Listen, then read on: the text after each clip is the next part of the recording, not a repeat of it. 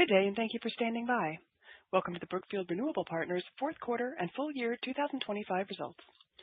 At this time, all participants are in a listen-only mode. After the speaker's presentation, there will be a question-and-answer session. To ask a question during the session, you'll need to press star 11 on your telephone. You will then hear an automated message advising your hand is raised.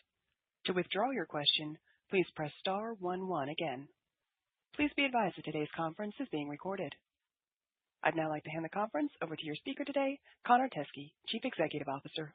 Please go ahead. Thank you, Operator.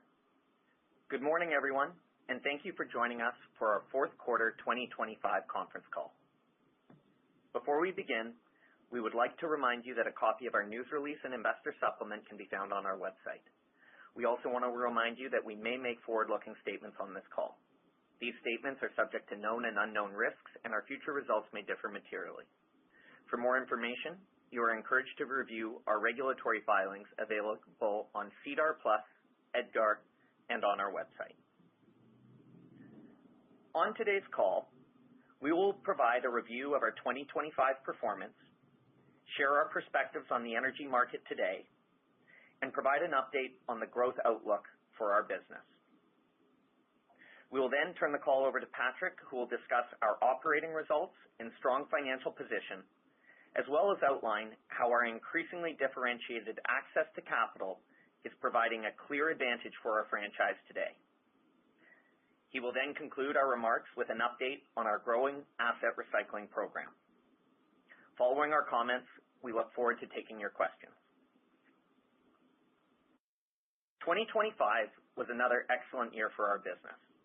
We delivered strong financial results, strengthened our balance sheet, and most importantly, further positioned the business to continue delivering strong growth and value creation for our unit holders going forward.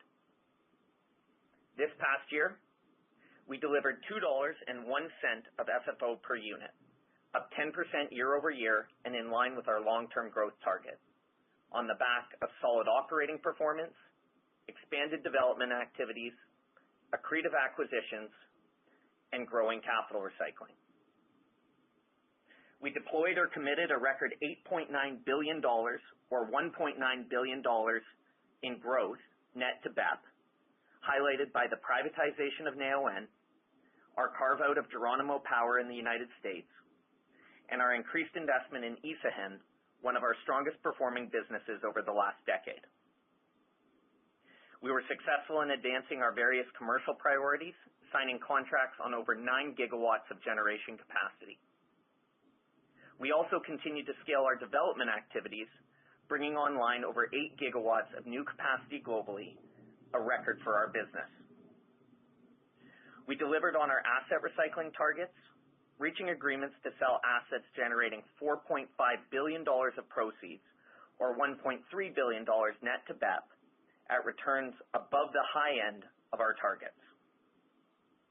And we accomplished this all the while strengthening our balance sheet, ending the year with $4.6 billion in available liquidity.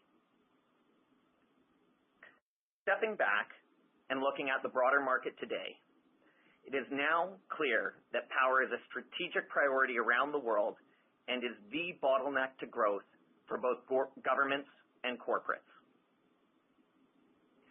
Investment in new generation capacity over the past several years was largely about replacing carbon-intensive generation in a world of modest or even flat electricity demand growth. Today, that backdrop has fundamentally shifted.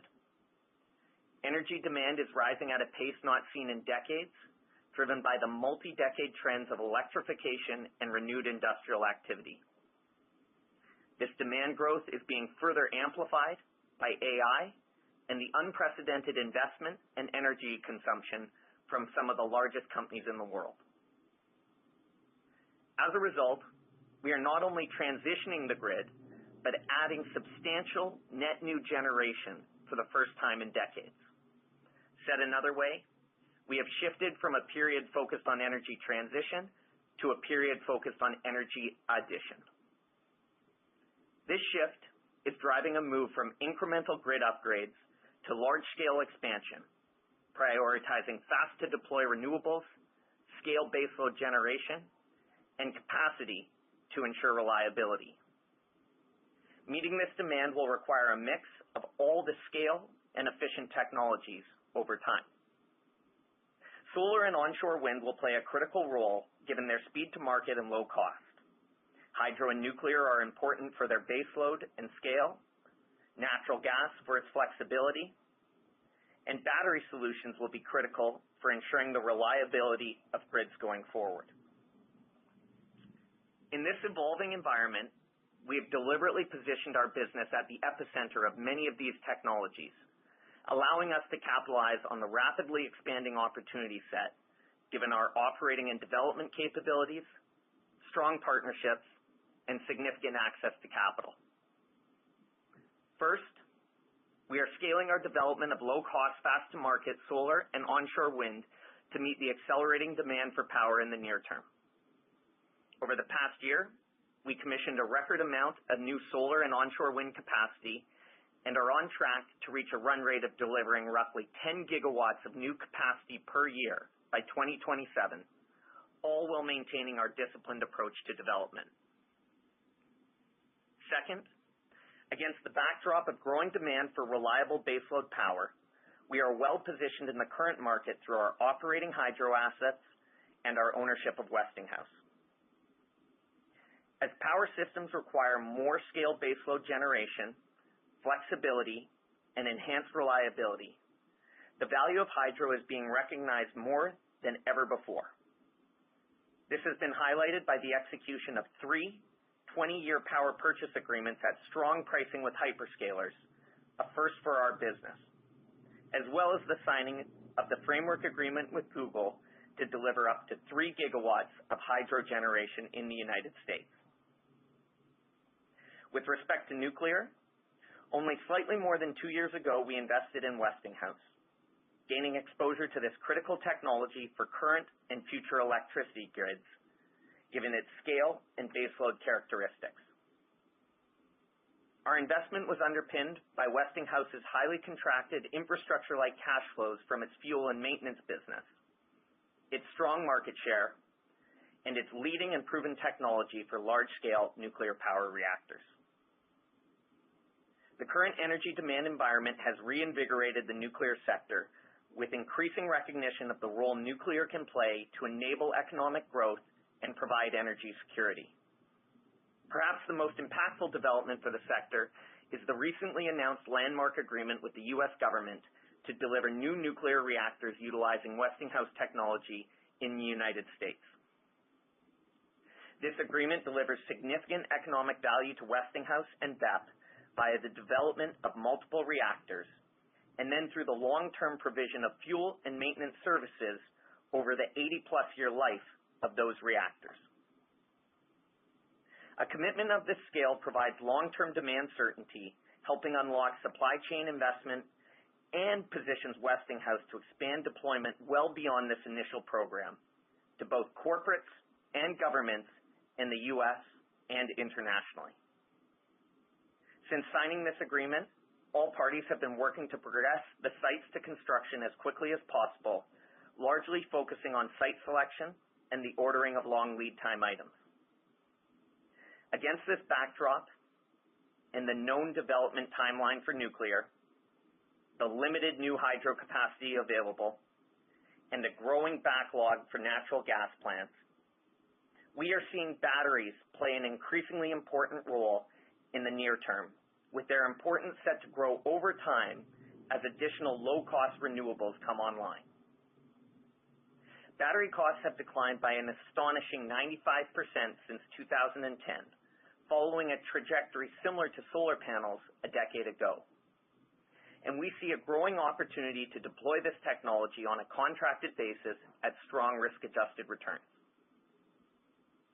Our recent acquisition of Neoen significantly expanded our operating footprint, capabilities, and development pipeline in battery technology, and we expect to quadruple our battery storage capacity over the next 3 years to over 10 gigawatts. This growth is highlighted by one of the largest standalone battery storage projects globally, totaling over 1 gigawatt, which we are currently advancing through Neoen in partnership with a sovereign wealth fund. Taken together, rising energy demand across global markets is driving the need for rapid additions of renewable capacity, large-scale baseload power, and battery storage. Backed by long-term partnerships with the world's largest corporate buyers of power and governments, we are delivering more generation than ever before. By being positioned in markets with accelerating demand, combined with our global scale, significant access to capital, and our operating development capabilities across key technologies, we are best positioned to deliver comprehensive energy solutions across all markets at scale and are entering into a period of outsized earnings growth, generating significant value for our unit holders over the long term.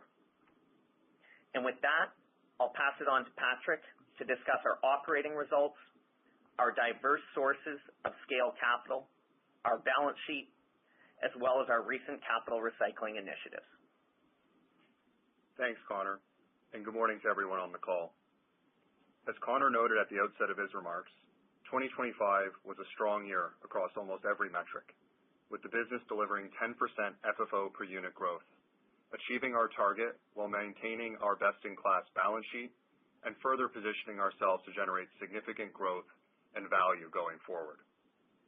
In the fourth quarter, we delivered FFO of $346 million, up 14% year over year, or 51 cents per unit. On a full year basis, we delivered FFO of $1,334 million, or $2.01 per unit, up 10% year on year. Results were driven by the strength of our contracted inflation-linked cash flows across our diversified global operating fleet, growth from development activities, accretive acquisitions, and scaling capital recycling. Looking across our segments, our hydroelectric segment delivered strong results this year, with FFO of $607 million, up 19% from the prior year, benefiting from solid generation across our Canadian and Colombian fleets, higher revenues from commercial initiatives, and gains from the sale of a non-core hydro portfolio, all of which offset weaker hydrology in the U.S. Our wind and solar segments generated a combined $648 million of FFO, supported by contributions from the acquisitions of Neoen and Geronimo Power, as well as our investment in a portfolio of contracted offshore wind assets in the UK. This growth was offset by gains on sales recorded in last year's results, which included the sale of Saeta and the partial disposition of Shepherd's Flat. In our distributed energy, storage, and sustainable solutions segments, we generated record results of $614 million, up almost 90% from the prior year, driven by growth through development, the acquisition of Neoen, and strong performance at Westinghouse on the back of continued momentum in the nuclear sector. In addition to the strong results, a continued focus of ours has and will always be to maintain balance sheet strength and financial flexibility. This enables us to be opportunistic when it comes to deploying capital into growth and protecting us against downside risks. We ended 2025 with $4.6 billion of liquidity, and over the past year, we reaffirmed our BBB+ investment-grade credit rating, which we remain firmly committed to maintaining going forward. Our rating, significant liquidity, and strong financial position enable us to be very opportunistic with respect to our financing activities, which further strengthens our balance sheet. In 2025, we executed over $37 billion in financings, a record for our franchise. These financings were highlighted by the completion of $2.2 billion in investment-grade up financings, primarily at our hydro assets, where we are seeing strong lender demand for these assets and are leveraging the benefits of newly signed long-term contracts at strong pricing. In March of this past year, we issued $450 million Canadian of 10-year notes at what was our lowest spread in almost 20 years at the time. We then more recently topped this, issuing $500 million Canadian of 30-year notes this January at our lowest spread ever, reflecting the strong demand for our credit and our ability to be nimble and take advantage of a favorable spread environment. In November this past year, we also executed a $650 million bought deal equity raise and concurrent private placement. We were successful deploying capital ahead of our targets in the 12 months prior to the equity raise, and this financing provides capital to invest even further in the expanding opportunity set in areas where we have a differentiated ability to deploy capital, such as hydro, nuclear, and battery storage. Our strong balance sheet is further enhanced by the fact that we deploy our capital alongside a large pool of third-party funds raised by Brookfield Asset Management. In 2025, Brookfield successfully completed fundraising of over $20 billion for its second vintage of its Global Transition Fund. This capital will support large-scale investments alongside BEP that few others can make, further enhancing our access to large, high-quality M&A opportunities that help us achieve strong and consistent growth. In addition to our financing activities across the business, we are continuing to scale our capital recycling program, which is increasingly providing significant liquidity to support our growth and crystallize value creation within our business. We continue to see robust demand from private investors for de-risked infrastructure-like cash-flowing operating assets. At the same time, with our scaling development activities, we have a growing portfolio of assets and platforms that we are selling on an annual basis. The size of our portfolio and our flexibility to sell whole platforms, standalone assets, or minority stakes is enabling us to be active in the market, consistently selling at prices that deliver on our target returns. This past year, we generated record proceeds of $4.5 billion or $1.3 billion net to BEP from asset recycling alone. This year, our asset rotation activities were highlighted by the sale of a major North American distributed energy platform, a 50% interest in a portfolio of non-core hydro assets in the U.S., and the establishment of an asset rotation program at Neoen that was successful in executing the sale of $1 billion of enterprise value of assets in our first year of ownership alone. Looking ahead, we are focusing on continuing to scale our capital recycling program and generating proceeds from sales in a more recurring manner. In January this year, we agreed to sell a two-thirds stake in a large portfolio of recently built operating wind and solar assets in North America, generating proceeds of $860 million or $210 million net to BEP, and are actively progressing the sale of the remaining interest. In conjunction with this sale, we are also establishing a framework for the future sale of select assets that meet certain criteria to the same buyers. This framework, which proposes the sale of up to $1.5 billion of additional assets, further de-risks our development platforms and provides a scalable source of capital to fund future growth. We're exploring similar initiatives in other regions across our global platforms and look forward to providing updates on our progress throughout the year. We also wanted to note that after the quarter end, we announced a fully discretionary $400 million at-the-market equity issuance program for our BEPC shares. We expect to use the proceeds to repurchase BEP LP units on a one-for-one basis under our existing NCIB. The purpose of the program is to increase BEPC's float and liquidity in a non-dilutive manner, while also allowing us to capture value from the persistent premium at which those shares trade, providing incremental cash to deploy into growth or buy back even more shares. Lastly, with our record results, and in conjunction with our strong liquidity and robust outlook for our business, we are pleased to announce an over 5% increase to our annual distribution to $1.468 per unit. Since Brookfield Renewable was listed in 2011, we have now delivered 15 consecutive years of annual distribution growth of at least 5% each year. In closing, we remain focused on delivering 12 to 15% long-term total returns for our investors, while remaining disciplined allocators of capital, leveraging our scale and operational capabilities to enhance and de-risk our business. On behalf of the board and management, we thank all of our unitholders and shareholders for their ongoing support. That concludes our formal remarks for today's call. Thank you for joining us this morning, and with that, I'll pass it back to our operator for questions. As a reminder, if you'd like to ask a question at this time, please press star 11 on your telephone and wait for your name to be announced. To withdraw your question, please press star 11 again. Please stand by while we compile the Q&A roster.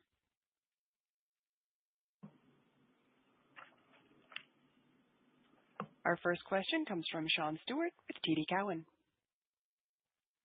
Thanks. Good morning, everyone. A couple questions to start with. Connor, 2026 would be the first year where you start to feed projects into the Microsoft framework agreement. Can you give us an update on progress there and the expected cadence of capacity into that deal through 2030?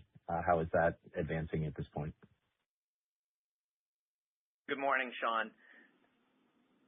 I would make this comment more broadly on a wholesale basis beyond very simply our strong relationship with Microsoft. The demand we are seeing from corporates, and in particular the large hyperscalers, is at an all-time high. And I recognize that we've been saying that for a number of years, but that demand just continues to accelerate and continues to grow. And we're seeing that in terms of the projects and the execution that we are doing with counterparties such as Microsoft on an ongoing basis. When we launched that program, we had a defined set of projects in our pipeline that we thought would fill the 10.5 gigawatts that was initially outlined. I would say since we announced that agreement in 2025, we are seeing counterparties such as Microsoft look for power in a broader spectrum of regions and markets, particularly across the United States, and even a broader spectrum of technologies to meet their power demand. So we will see growth in 2026, and we expect to see that growth do nothing but accelerate from 2026 through the rest of the decade. Okay, thanks for that perspective. And Patrick, a question on the balance sheet. You guys were busy with financing initiatives in the fourth quarter, asset recycling. When I look at the ratio of available liquidity versus the scale of the secure development pipeline or versus the installed asset base, those ratios have moderated a little bit the last year and a half. I guess any commentary on broader comfort with the liquidity position? I appreciate you're going to be busy recycling assets, but are there ratios you're focused on to sort of sustain a comfort level with available liquidity relative to an expanding growth opportunity set? Yeah, absolutely, Sean. And I would say we're very comfortable, first of all. And when we think about our available liquidity and the business obviously having grown over the last several years, we're very focused on sort of maintaining a minimum level in and around that $4 billion mark. We're fairly focused on it. It's not a hard line by any means, but we have been at or around that, or above that, I should say, for the last several years at this point. It's a level, given the scope of our business today, that we feel quite comfortable being at. And to your point, as the development pipeline continues to grow, we're complementing that by scaling our capital recycling as well. So that allows us to be in and around that $4 billion mark and be very comfortable with our funding availability of our liquidity, I should say. Okay, but when you think about $4 billion, I mean, you've been there for a while now. Your organic growth pipeline is expanded really rapidly. You know, I would imagine there's sort of like a dynamic element to this as the velocity of capital deployment changes for you guys. You know, as the organic pipeline grows, is there other thoughts to that? No, I think it's fair that as the organic pipeline continues to grow, there'll be an element where we may look to increase that over time. But we're at a level right now where, as we look out over the next several years, we're quite comfortable at these levels. And part of it is just because of that visibility we see on accelerating recycling. Okay, that's all I have for now. Thanks very much. Our next question comes from Nelson Ng with RBC Capital Markets. Great, thanks, and good morning, everyone. So quick question. In terms of the 8 gigawatts commissioned this year, I think about 2.5 were in North America. But obviously there's a lot in the U.S. So when you look at developing projects in the U.S., are you still seeing any like headwinds or bottlenecks from the federal government from a permitting perspective for onshore wind and solar? Like obviously it's a different story for offshore wind, but you're doing onshore. But are you seeing any headwinds there? Hi, Nelson. Thank you for the question. Really put this in two buckets. What we would say is when it comes to solar, which is the broadest component of our pipeline, solar and batteries in the U.S., we are seeing no slowdown. We are seeing an acceleration. And this is driven by solar is quick to deploy. It's cheap. It's the lowest cost form of production. And quite frankly, the corporates need the power as quick as possible. So on solar, we are seeing no change, if anything, an acceleration, and we're trying to pull projects forward as fast as possible. On wind, onshore wind, there has been some slowdown in permitting from the federal government, but projects are still getting done. And we've taken that into account into our development and execution process. That's reflected in the pipeline that we present. I would say that wind is progressing slower than onshore solar in the U.S. market, but both are still getting done. Got it. Thanks for the color. And then just switching topics a bit. So obviously we're hearing a lot about the elevated power prices in the U.S. and the fact that you are signing more long-term hydro contracts. But when I look at your realized power prices for the U.S. hydro segment in the supplemental document, I think the realized hydro price has been flat year over year at about $83. I'm just wondering whether that's just due to the generation mix, given that it was below average in the past year, and should we be seeing an increase going forward?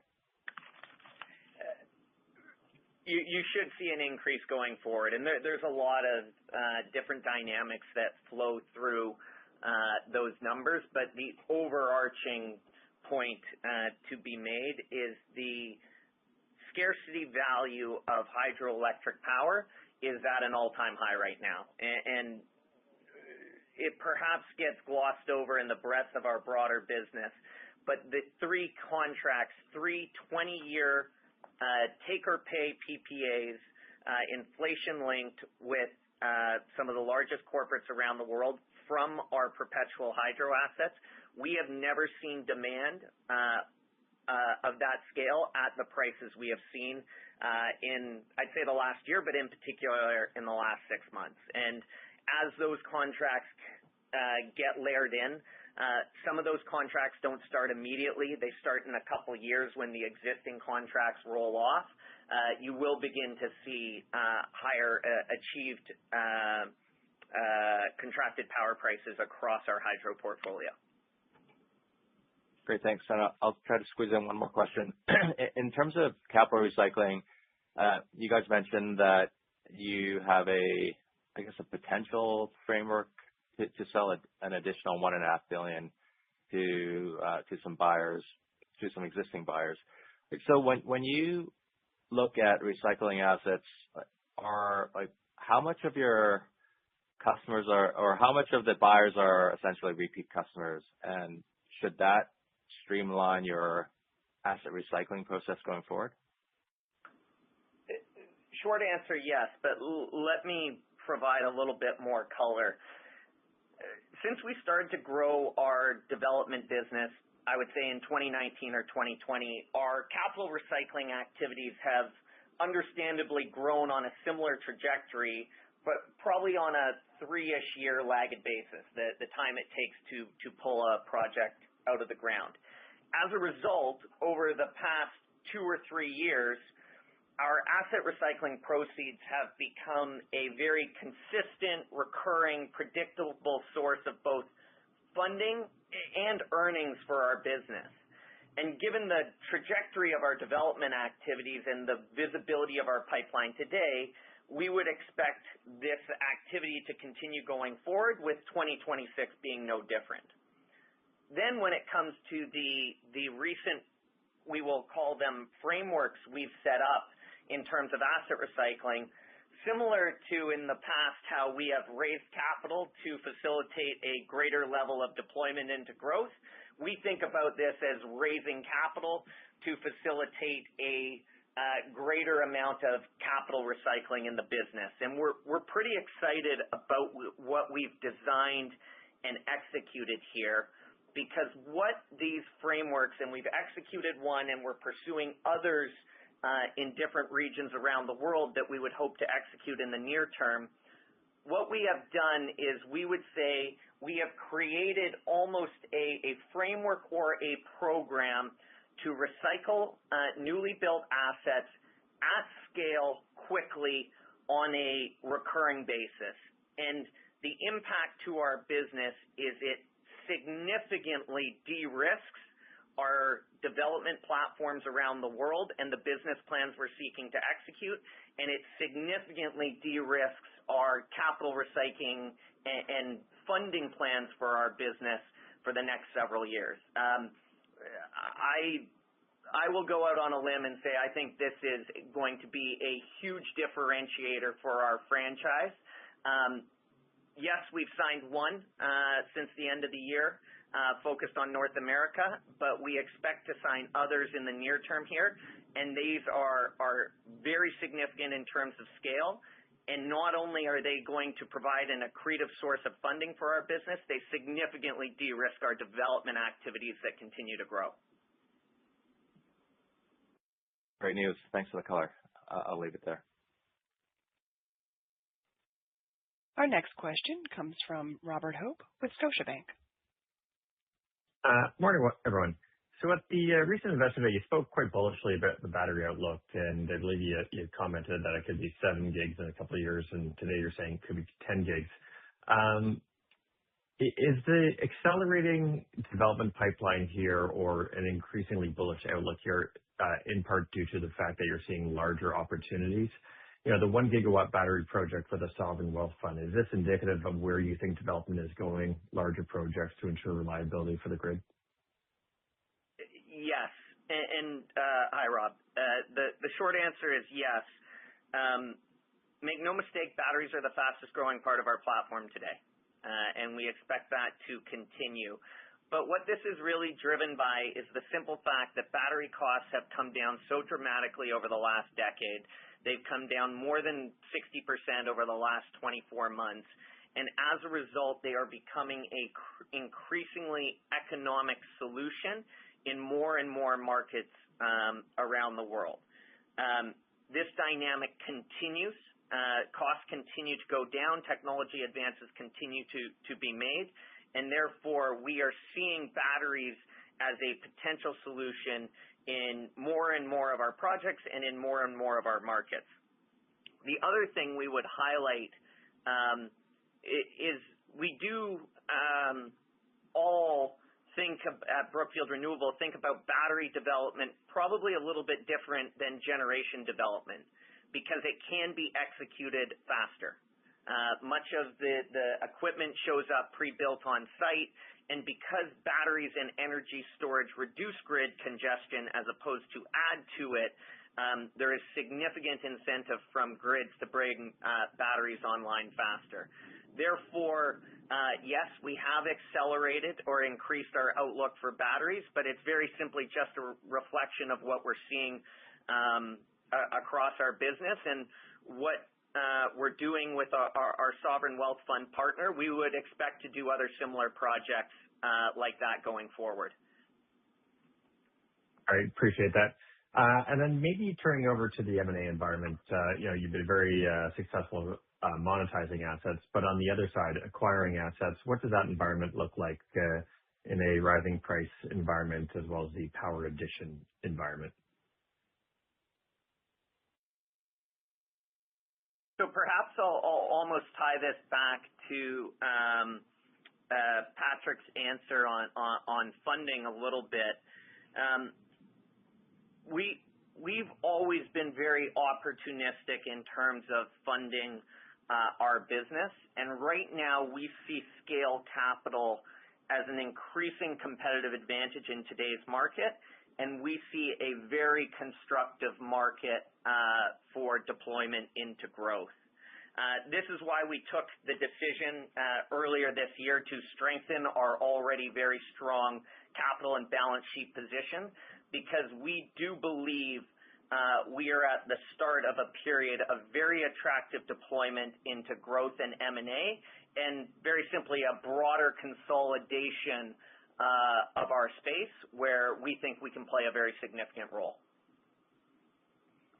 Thank you.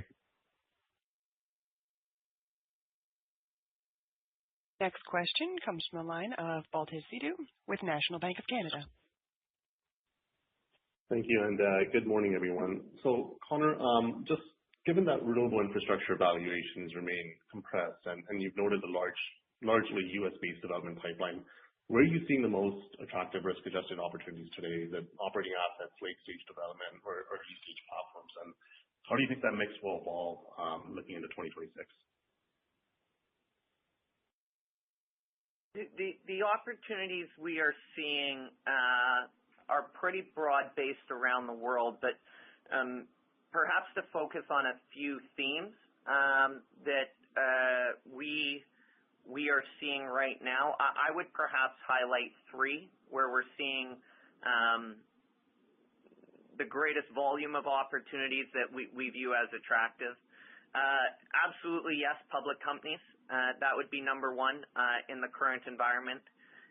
The second point we would highlight would be carve-outs from broader utilities or energy businesses because there are such significant capital needs across the industry.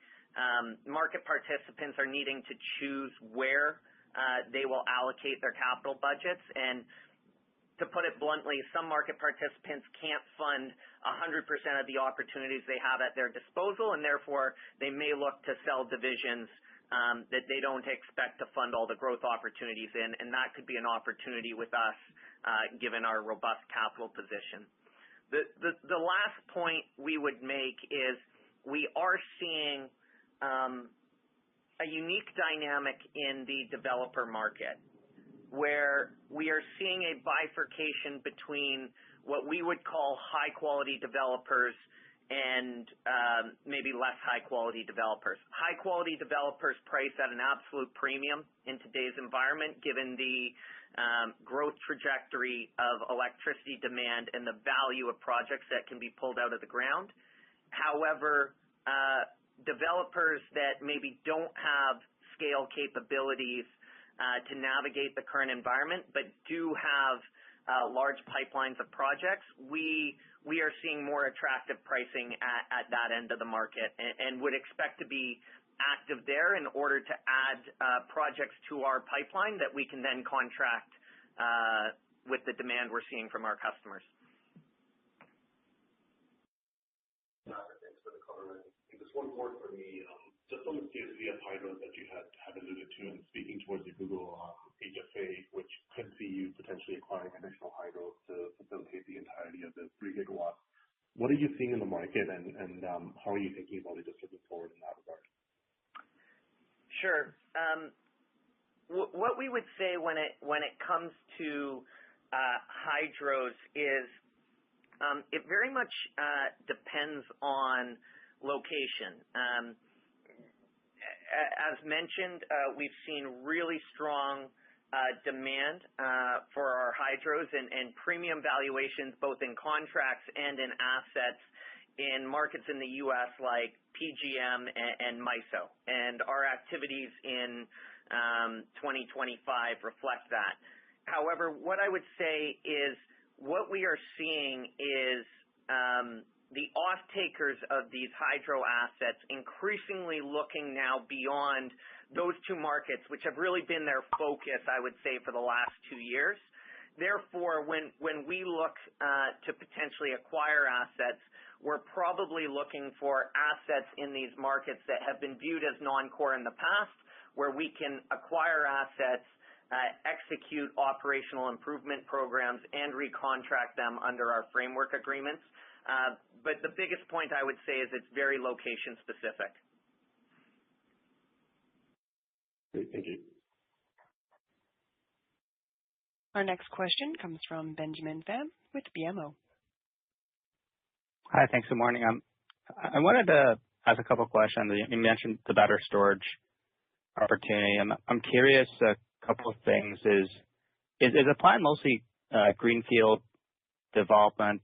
You picked up a couple of actually quite a number of megawatts from Neoen, or are there opportunities to also do M&A? And I'm also secondly curious, the revenue model with storage for you specifically, is that you expect to be mostly contract, or is there an element of merchant arbitrage in there? Good morning, Ben. Great question. So in terms of batteries, we view ourselves to be in quite a fortunate position because we do have a very large organic development pipeline. A lot of that did come through the acquisition of Neoen. Candidly, Neoen was the largest acquisition in the history of Brookfield Renewable. We recognize that perhaps a lot of people knew Neoen as a leading global renewable power developer. We obviously saw that and the value of that, but we thought what was underappreciated in their business is the fact that they're the leading global energy storage developer as well. And what you've seen in our first year of ownership is us really accelerating the growth in the business, but particularly on the energy storage side. We are also looking at M&A opportunities in the battery space, but we've positioned ourselves that we can be quite discerning and balance the returns we're seeing in M&A versus the returns we're seeing in organic development. To your question about contracting, we're very excited about the evolution of what we've seen in the energy storage space, where only perhaps 2, maybe 3 years ago, a lot of the revenue models were arbitrage or merchant related.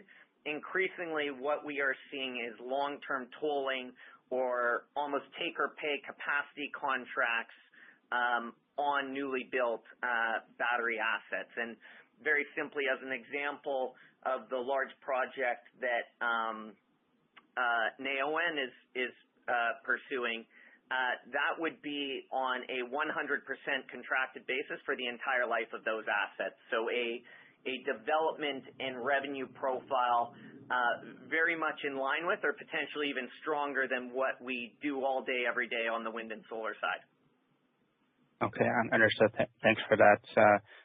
And then can I also ask on the offshore wind side, you previous comments, you didn't like it for a while, maybe 7-10 years. You got maybe more open to it, did a deal Ørsted.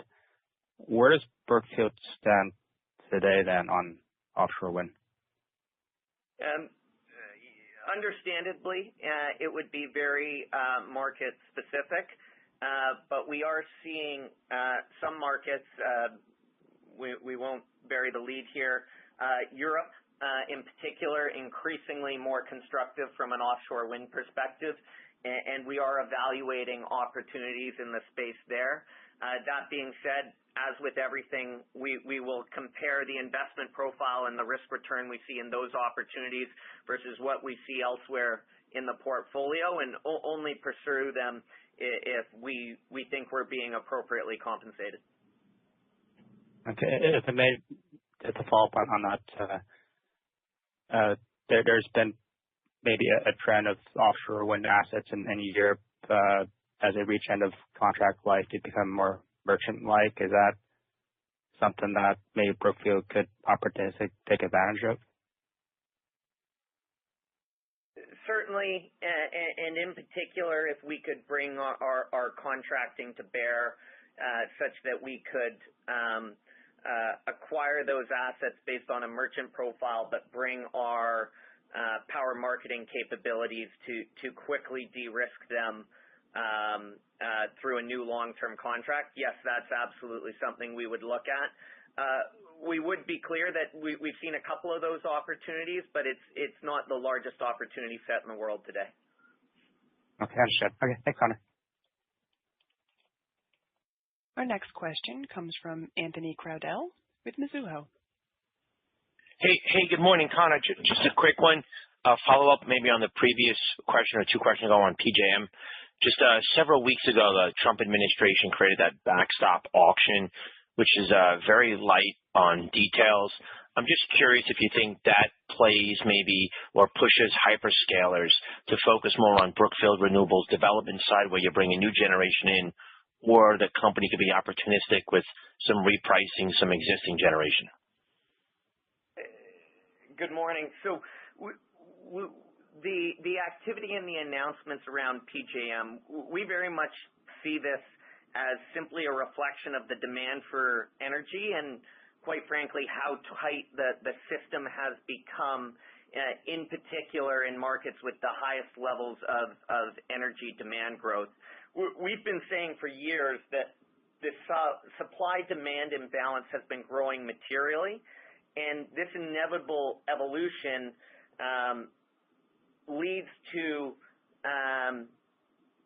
the immediate need for large-scale capacity to be added to grids around the world and in different markets in the United States. So from our perspective, one of the most constructive outcomes of this discussion is that it should create a dialogue to facilitate an acceleration of new capacity coming online over the long term.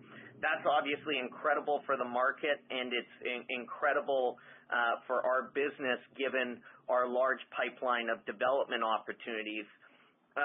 All that being said, we've already contracted our hydro fleet in the PJM region with the recent Google agreement, which really insulates us from any near-term market impacts, depending on how these discussions and announcements related to PJM evolve in the coming weeks. But as an existing generator with contracted assets today and a development pipeline focused on meeting the growing and incremental demand, we view this as a step towards addressing the underlying supply-demand imbalance for our business and addressing the underlying supply-demand imbalance in that market, and we view that as very positive for our business.